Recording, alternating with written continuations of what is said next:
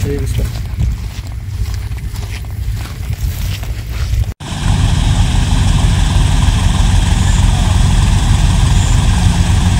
ইয়াতে বহুত সমস্যা হৈ আছে মানে ইয়াতে মানে অবৈধ বালি খনন চলি আছে মানে ইয়াততো এইটো ধনশিৰি নদীতো আপোনালোকে জানে আগতো প্ৰাক বাতৰি প্ৰচাৰ হৈ আছে মানে অবৈধ কোডত কেছ চলি আছে নে নাই আপোনালোকেতো গম পাইছে তথাপিও যে ইয়াতে মানে অবৈধ যে বালি খনন হৈ আছে এতিয়া চৰকাৰক বুলিয়ে কম যোনে মানে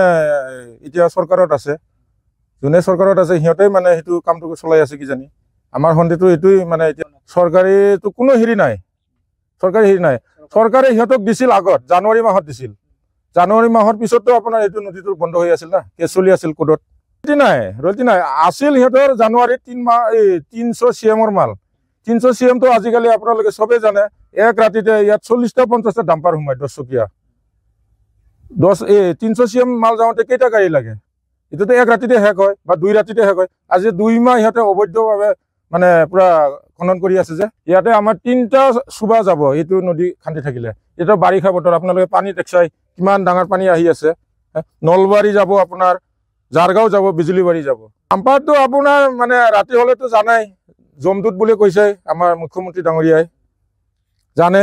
ইহঁতে 3টা বজাৰ পৰা ৰাতিপুৱা 8টা বজালৈ খনন কৰে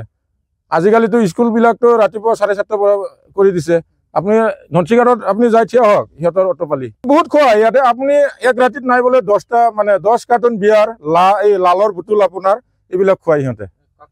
এই গাঁৱৰ কেইটামান হেৰি আছে মানে যোনবিলাক বেকাৰ ল'ৰা সিহঁতক লৈ কিনি মদ চদ খুৱাই কিনি লাষ্টত মানে হাজিৰাও দিয়ে 500 টকা আৰু মাল চাল খুৱাই কিনি সিহঁতেতো 50,000 60,000 টকাকৈ ভাগত পাই আছে 40-60 সিহঁতৰ মানে হেৰিটো